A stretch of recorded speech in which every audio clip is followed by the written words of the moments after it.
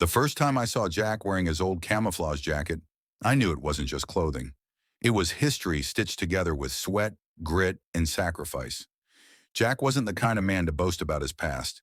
He was quiet, humble, and carried himself with the unshakable calm of someone who had faced worse storms than any neighborhood squabble.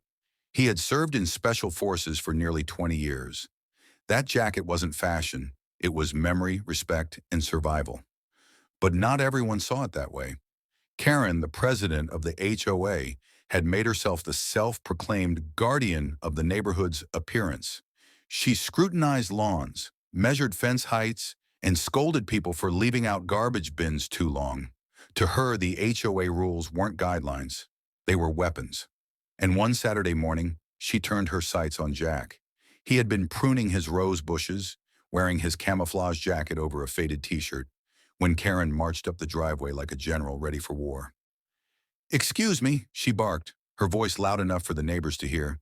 "That jacket is not appropriate attire for this neighborhood. It's aggressive, it's intimidating, and it does not reflect the family-friendly image we maintain here." Jack set down his clippers and looked at her calmly. "This jacket kept me alive overseas." "It's not hurting anyone," Karen sneered. "Maybe it means something to you, but to everyone else it's just military propaganda. You need to take it off, or I'll fine you for violating HOA standards." The audacity of her words froze the neighborhood. Several people peeked from behind curtains.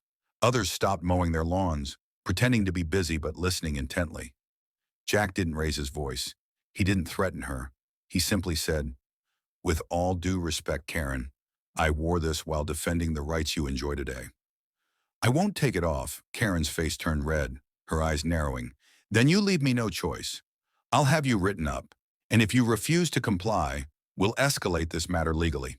With that, she stormed off, her heels clacking against the pavement. Jack didn't say a word. He just picked up his clippers and continued working. But the air in the neighborhood had shifted. Everyone knew Karen had crossed a line this time. By the following week, Karen had filed her complaint officially. Letters were mailed to Jack, demanding compliance, threatening fines, and even eviction if he continued to wear military garb in public view. It was cruel, it was disrespectful, and it was the final straw. What Karen didn't know was that Jack wasn't standing alone. That Saturday, the neighborhood block had an unofficial gathering. Jack sat on his porch sipping coffee when several cars rolled up. Out stepped men and women who carried themselves with the same quiet confidence Jack did.